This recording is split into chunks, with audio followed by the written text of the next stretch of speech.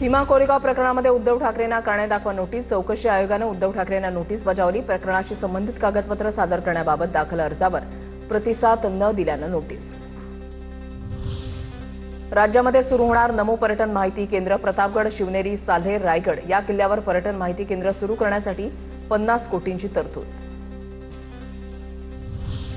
किल्ल्यांवरील नमो tourism centre फोडून टाकणार। पंतप्रधानांच्या 75व्या वाढदिवसाच्या निमित्तानं सुरू होणाऱ्या सेंटर्सवरून राज ठाकरेंचा एकनाथ शिंदेंवर निशाणा। मुख्यमंत्रीपद मिळालं पाहिजे म्हणून किती लाचारी करायची असाही टोला।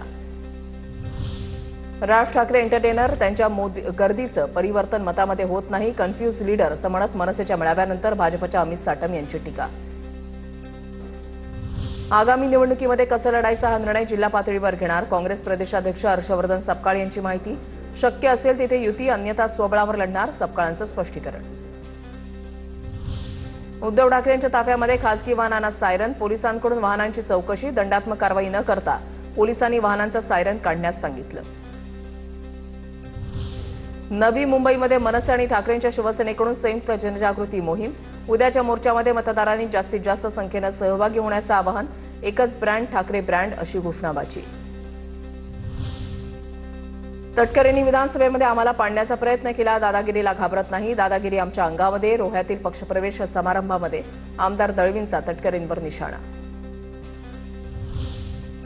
निंबाळकरांवर होत असलेल्या आरोपांमागे रामराजे। या सगळ्यामध्ये रामराजेंचा हात असणार। भाजपचे ज्येष्ठ नेते प्रल्हाद साळुंखे यांचा गंभीर आरोप। तर फलटण प्रकरणामध्ये रणजितसिंह नाईक निंबाळकरांवर आरोप।